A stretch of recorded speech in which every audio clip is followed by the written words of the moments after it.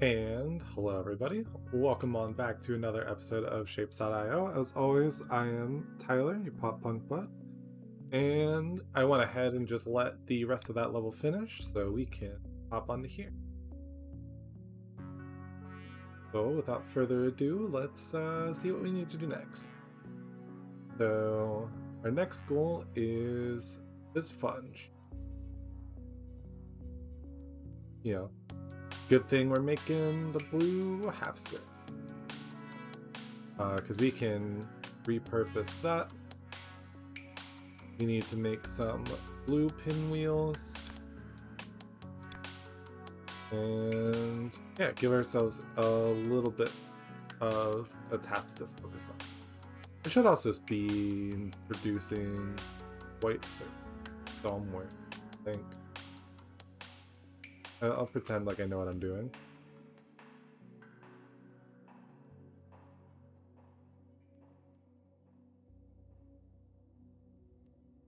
That's fine. Could have sworn that I had some doing white. This is my issue. I always forget where I place things, and as you can see, there's no real organization yet. That's probably coming down here, and that's how I make those. And that's for the blueprint shape.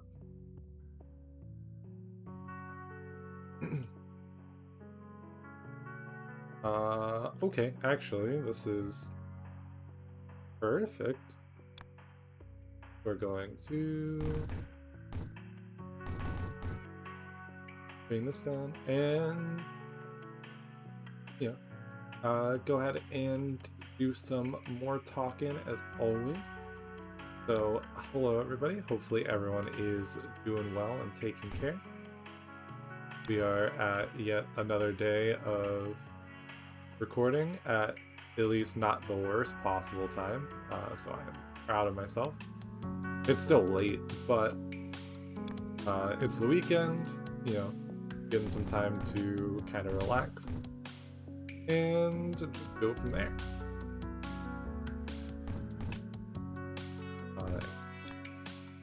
So it's like I'm taking the time now to enjoy some of making some gameplay content.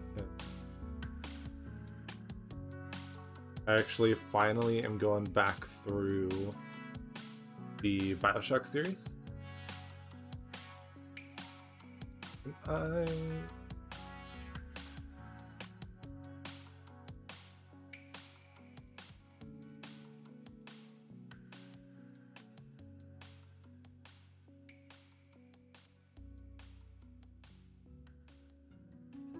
Because I think it'll probably be worth to make a new setup of White Knight, because I don't want to just run into the issue where I'm not making enough.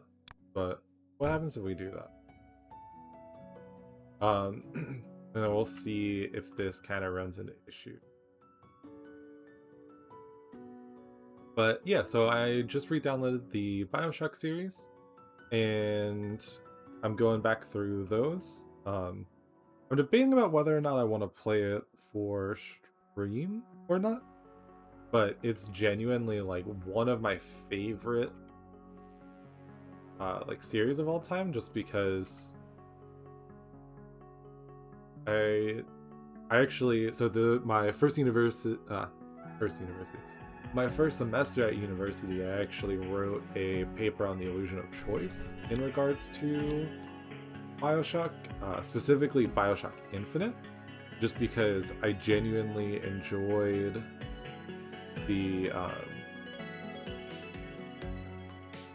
so there's a book that I read that was specifically on like it's an entire series called Pop Culture and Philosophy, and being someone who's very into games, BioShock and philosophy was one of the books that was included. And so I remember reading through quite a bit of that, and I learned a lot about what went into the decisions for how the game was designed, like the philosophy that they drew from, and all of that fun stuff. And I have always loved it. And I remember I did that back in high school because, uh, I'm someone that's got apparently nothing better to do with my time than read philosophy stuff for fun and like look at stuff on a deeper level. But if that's not my personality, then I don't know what is. But I went and I read through that, and actually let's just make this, and then we can do boom.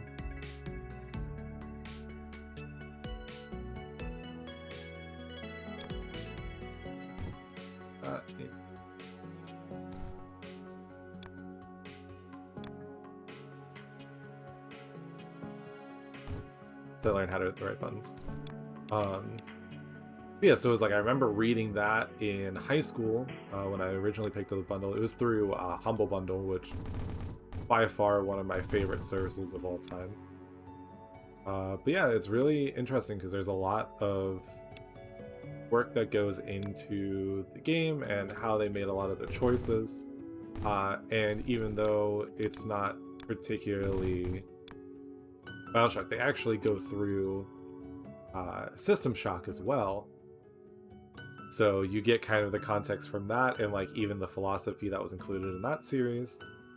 And then ended up going and continuing it there, where you end up looking at, again, how BioShock goes through things and the way that BioShock Infinite actually parallels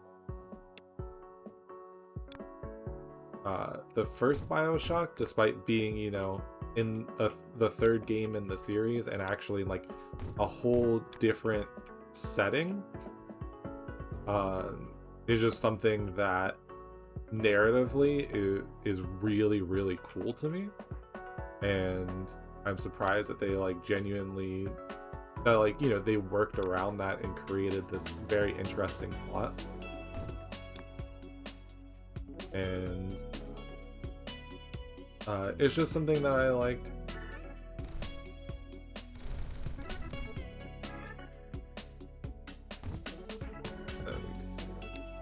It's just something that I've always enjoyed, and I remember playing through BioShock Infinite, I think before I read the series or the book in that series.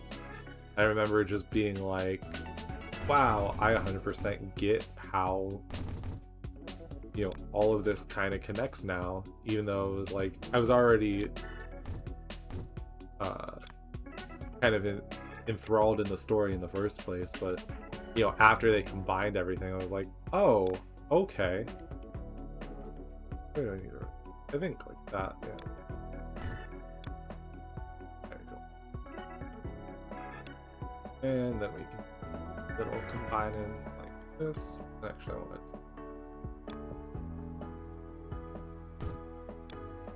And this will at least be the easier part. So we're gonna do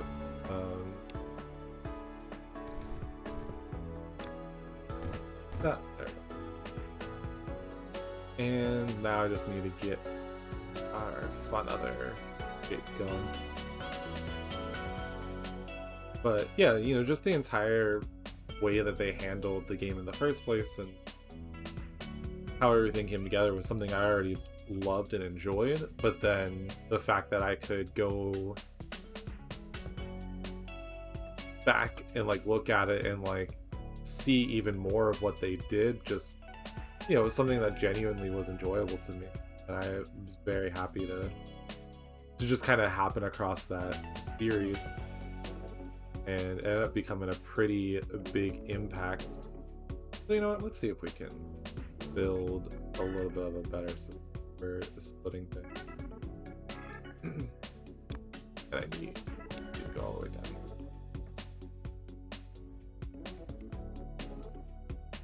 But for those of you who are not aware, BioShock is a first-person shooter game, I guess it's a first-person shooter series. The first two take place in the same location, and tell obviously different stories, but the third game itself takes place in a completely different location. I think in a different universe. So there's a lot of really cool concepts that delve into, you know, like parallel universes. And again, like I said, I actually wrote an entire paper on the illusion of choice because it's a huge portion of the story. And so, if you've not had the chance to play through it, like I said, I would definitely recommend it because it's one of the better ones that I've gotten a chance to enjoy, and at least on like a story and like thematic level. And like I said, I'm going back now, and because I don't think I ever actually played through the first one. I only played through... No, so I never played through the first two games. I only played through the third one. It was Bioshock Infinite. And that was a game that like I said, I put a lot of time into and enjoyed, but never actually... I wonder if I can do... I guess I don't really need to rotate around like that. Rearrange this right quick.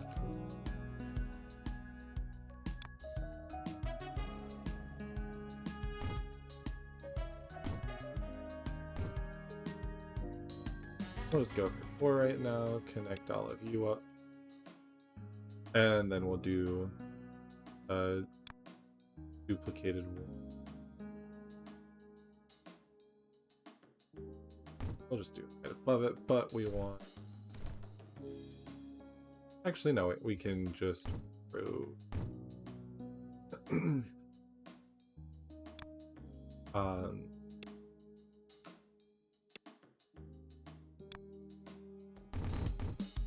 yeah, so it was like I never played through the first two. I only played through the last one, and that was how I ended up joining. But I did end up watching like playthroughs of... We actually need rotate.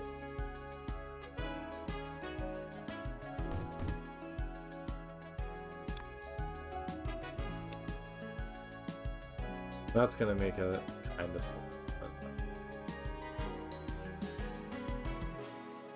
Actually, you know what? I think what we could do if we want to speed it up a little bit faster is we'll do 1 at the end, and then... Oh. But we throw in these here.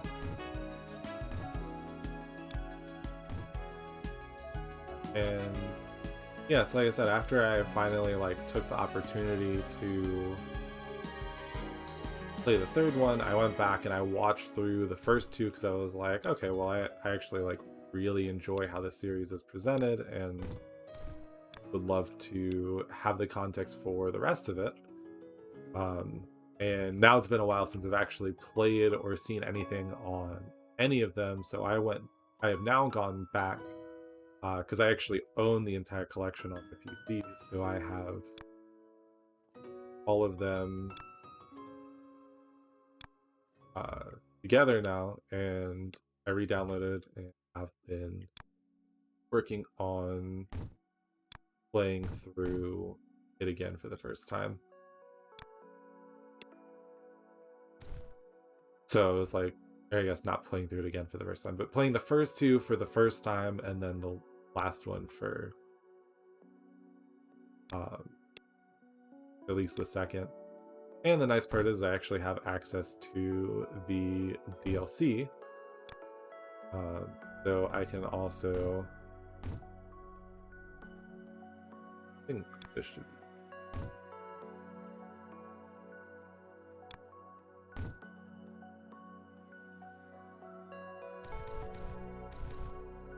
Well, actually, that, and then you here.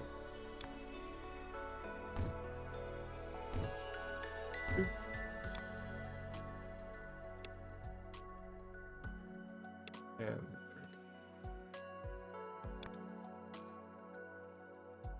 yeah, so it was like I said, I think I kind of want to go on to playing it on stream because it's something that I genuinely enjoy, and I know it's something that I can talk a lot about.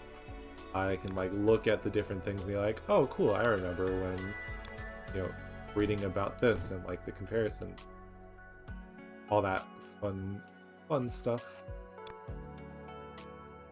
Like I said, that's just extremely interesting. We need to bring this out here. We need to bring it down. We also need to dye it blue. Hopefully we'll be able to keep up. It looks like we should be able to. But, so we'll come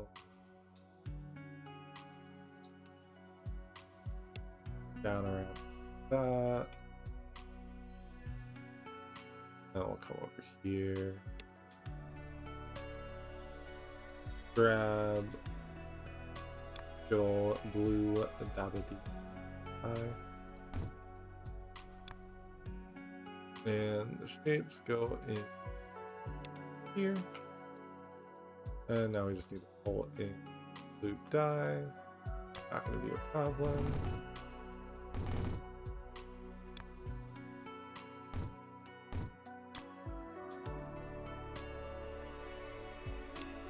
Here. And like I said, just please forgive me for the just awful spaghetti train wreck that I know I am constantly making. Our goal is to get through the content hopefully a little bit quicker than I did the first time I was in the series. And then we'll have some fun with what we can do. Oh no, I hate this thing. It's actually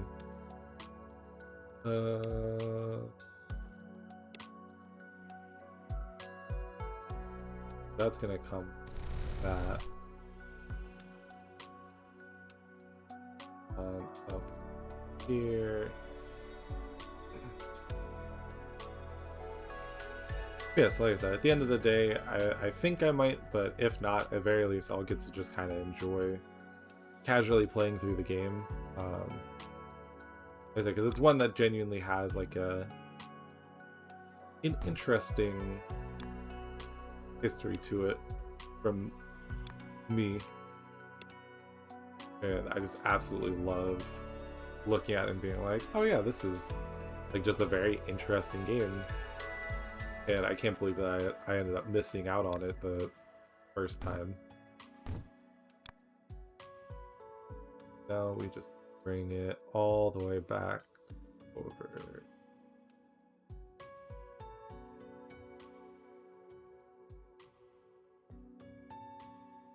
Probably have some input. I think we can probably replace the sign. Let's just get everything over first.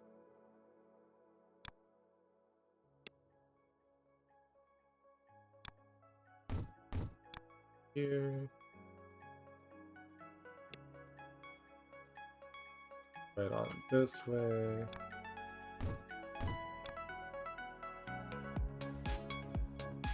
And we'll just pull right on here.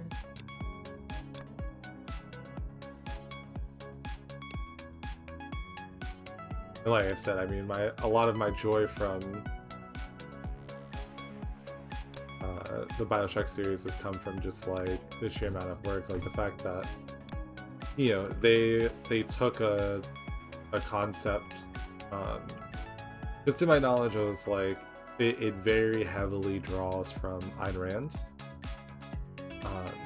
who you might be aware, she did Fountainhead, Atlas Shrugged, which I think are influencers of the Bioshock series. And then I know a lot of people in school, at least public school now, ended up reading what's the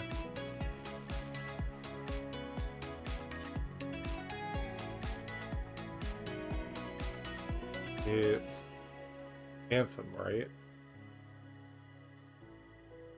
Yeah, Anthem by Ayn Rand. That's the it's a dystopian fiction book,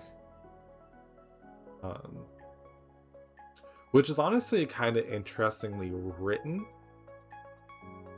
It's always funny to me, kind of like looking back and being like, I remember this from school, and everybody was just like, God, why? But now, you know, being like kind of interested in things, I'm like, oh, it's really cool that.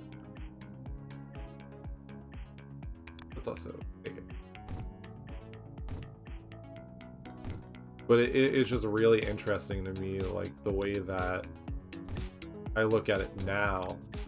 I'm like, oh, you know, if I could go, I mean, I could go back. I just don't really read as much as I would like to. But, you know, it would be interesting to go back and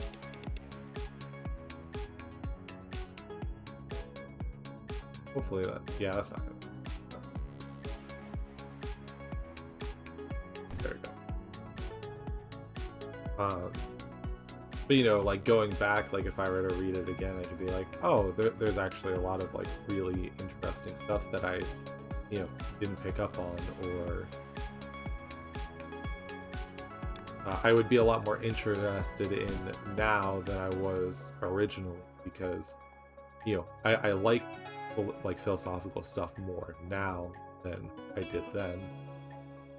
And plus, you know, when you're like made to read something for school, you don't really have an interest in it a lot of the time. You're just like, I'm just here to get the grade and then call it a day, you know? So I like a lot of how my perspective has shifted on it. Now, I will say, I think I probably have a copy of Atlas Shrugged somewhere around here, but it's a small copy of the book, and the pages are kind of like tissue paper thin, it feels like. So the last thing I really want to deal with is reading that and then probably ripping pages, because I'm extremely clumsy and also a very large person. Because if you're not aware, I am 6'4" and 250 pounds, and you know, holding a small book already hard in the first place, because like my hands just hurt after a while because holding book open, which is why I typically even read like digital stuff. I could probably find a digital copy of it, but it's also, you know, probably incredibly boring for what a lot of people think, and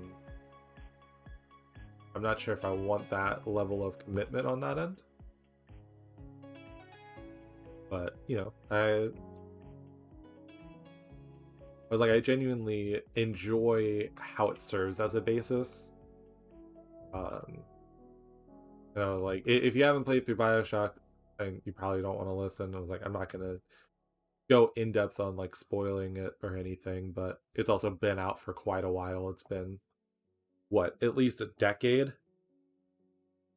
So it's like, if you haven't, you know, played through it now, then you're probably not going to, or don't really have an interest. But you know, it was like the entire, so you've got the city of Rapture, which is a city underwater, and it draws heavily from this society that's talked about in Ayn Rand's book, where people can live in a place without limits of traditional government and you know, all the things like that. It's a place for, you know, the most brilliant minds to come together and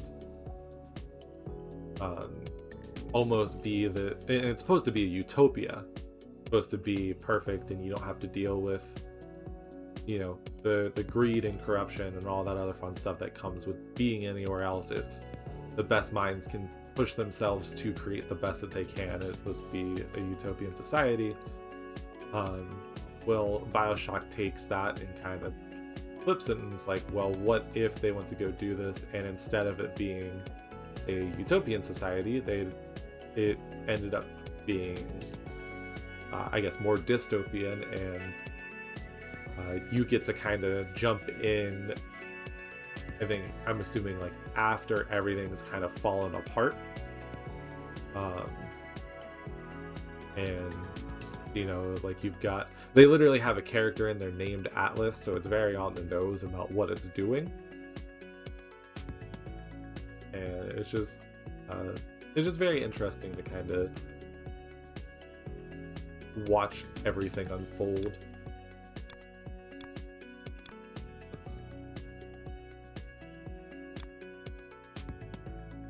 Oh, that's funny. I should actually also just be delivering this shape because I could, and then it would get us the next goal for extractors. But once you get the chain extractors, you don't really have to worry as much about it, I feel. So we can kind of not worry too much, because we'll pretty much always be able to chain our extractors to fully saturate the belts.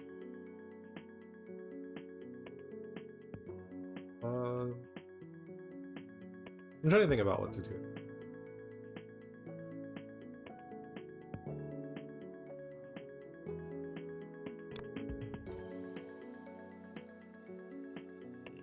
But yes, it was like Bioshock's just a series that I've got a bit invested in on, like, another level as compared to a lot of games. So that's why I wanted to go back and revisit it, and it would be fun to just share more of that knowledge with people. Like I said, the essay that I wrote was on the illusion of choice in games.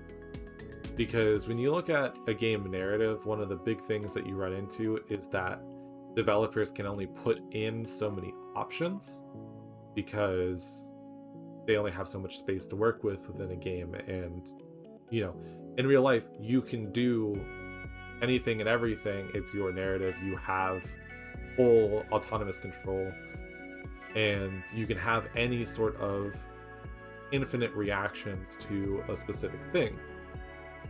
But now when you talk about playing a game, you have to sit there and consider, okay, well, the game only lets me interact with it through these means. What am I going to do from it? And, that heavily limits what your narrative can be, because, most games, you start it up, and, like, if it's an adventure game, you don't really have the option to just be like, I'm not going to be a part of this. And you could technically by turning the game off, but that's not a narrative in its own. It's you not playing the game. But in real life, you could be like, I'm not going to take a part in this adventure, and then say, you risk the fate of the world because you decide not to take part. So, you've got that going for you in real life versus a game, and that's what makes games different. And you have to have a lot more thought about designing a game.